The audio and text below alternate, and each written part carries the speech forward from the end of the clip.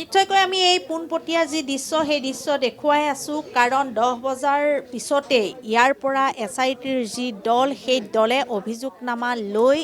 আদালতলৈ ৰাওনা হ'ব আৰু যি বিষয়া সেই বিষয়া কেইবাগৰাকীও আহি পাইছেহি এইখিনি মুহূৰ্তত যিহেতু তেওঁলোকে দিনে ৰাতিয়ে 3টা মাহ কষ্ট কৰিছে। পুনৰ কৈছোঁ যে 24 ছেপ্টেম্বৰত SIT গঠন কৰা হৈছিল, তাৰ পিছৰে পৰা যথেষ্টখিনি কাম কৰিছে আৰু শেহতীয়াকৈ আমি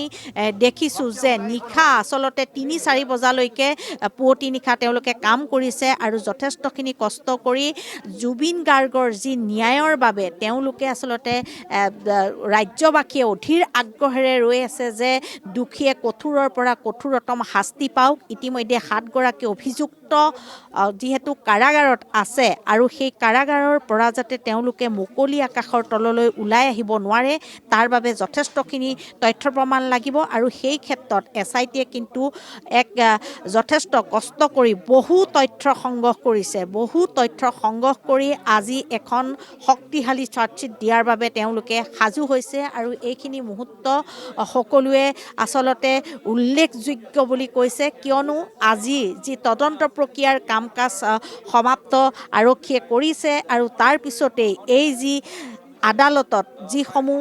আইনী কাম আইনী প্ৰক্ৰিয়া সেই সকলোখিনি আৰম্ভ হ'ব। আইনী প্ৰক্ৰিয়াৰ এই গোটেইখিনি কাম কাজ আৰম্ভ